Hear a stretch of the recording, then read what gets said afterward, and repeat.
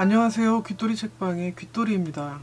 오늘은 여러분께 책 읽는 방법에 대해 설명을 해드리도록 하겠습니다.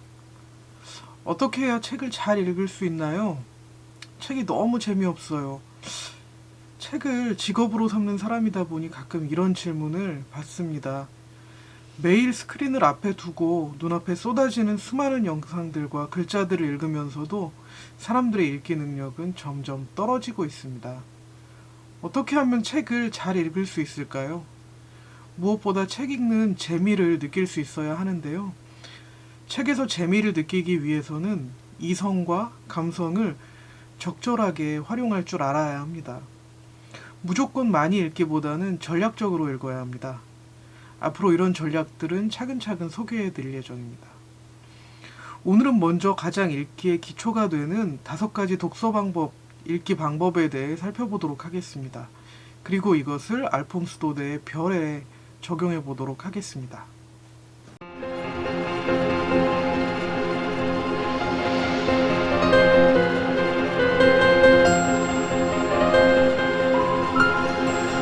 네, 교육과정에는 읽기를 잘하기 위해 필요한 방법들을 제시하고 있습니다. 이 5가지 방법을 바탕으로 국어의 읽기 영역에 대한 교과서를 만들고 수업을 하게 되는데요. 어떻게 보면 가장 체계적으로 정리가 잘 되어 있는 읽기 안내서라고도 볼 수 있습니다. 그러면 하나씩 살펴보겠습니다. 첫 번째 소개할 내용은 사실적 읽기입니다. 사실적 읽기는 글의 내용을 잘 파악하는 것입니다. 내용을 잘 파악하기 위해서는 글의 형식과 주제, 문단의 구조, 진술 방식 등을 파악하고 서술하는 내용을 머릿속에 잘 담아두어야 합니다.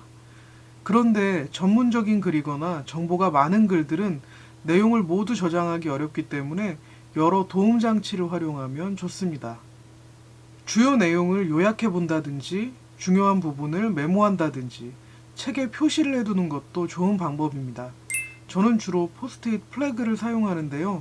밑줄을 그어두면 다음에 다시 읽을 때 방해가 될 수도 있고 중요하게 느껴지는 부분이 달라지기도 하기 때문에 붙였다 떼었다 할 수 있는 플래그를 주로 사용합니다. 또 읽기의 고수들 중에는 글에서 읽은 정보들을 구조화하여 보기 좋게 정리하기도 합니다. 마인드맵을 그리거나 비주얼 싱킹을 활용하는 방법으로 정리를 하는 것인데요. 비주얼 싱킹은 자신의 생각을 글과 이미지 등을 통해 체계화하고 기억력과 이해력을 키우는 시각적 사고방법입니다. 마인드맵이 책을 읽고 떠오르는 단어나 짧은 구절들을 일정한 기준에 따라 무리짓는 방법이라면 비주얼 싱킹은 여기에 이미지를 더한 것이라고 할 수 있습니다.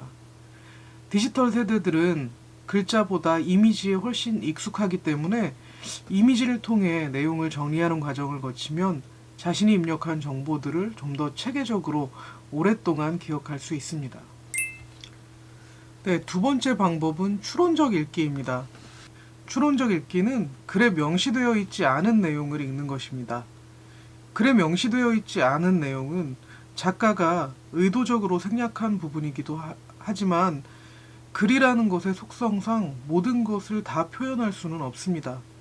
그래서 우리는 독서를 할 때 행간을 읽어야 한다라는 얘기를 합니다. 글로 쓰여지지 않은 부분을 적극적으로 상상해서 읽어내는 것, 이것이 바로 추론적 읽기입니다. 그런데 실제로 책을 읽다 보면 거의 모든 책들이 우리가 추론하지 않으면 이해할 수 없는 경우가 많습니다. 지금 제가 들고 있는 이 책은 그런 추론적 읽기에 대한 아주 좋은 아이디어를 주는 책이었는데요. 이 책에도 그런 구절이 나옵니다. 소설 속 인물들을 떠올려 보면 실제로 묘사를 아주 자세하게 해주는 경우는 거의 없다고 합니다. 그렇지만 우리가 글에 나와 있는 몇몇 개의 단서를 가지고 그 인물들을 생생하게 그려내는 과정을 거치게 됩니다. 그래서 인물은 기호다 라는 장이 있는데요. 이 페이지를 보고 느낀 점이 아주 많았습니다. 그리고 우리가 책을 읽을 때 결국 우리에게 남는 것은 그렇게 자유롭게 상상한 이미지들이다 라는 이야기도 합니다. 이 책을 통해서 추론적 읽기의 중요성을 좀 많이 깨닫게 되었는데요. 이 추론적 읽기 방법으로 여러분도 한번 행간을 읽는 연습을 해보도록 하겠습니다. 세 번째는 비판적 읽기입니다. 최근 가짜뉴스 이런 것들이 난무하면서 비판적 읽기의 중요성이 더욱 강조되고 있는 상황인데요. 비판적 읽기는 내용이 적절한지 판단하며 읽는 것입니다. 내용이 단순히 사실이냐 아니냐를 넘어서 이 내용이 과연 적절한 내용인지, 이 시대의 가치관에 맞는 내용인지 여러 가지 기준을 가지고 판단을 하게 됩니다. 그래서 비판적 읽기를 할 때에는 몇몇 가지 준거들이 필요한데요. 이러한 준거들은 여러분이 평소에 가지고 있었던 가치관, 또 세계관 이런 것들을 바탕으로 갖게 되는 경우가 많습니다.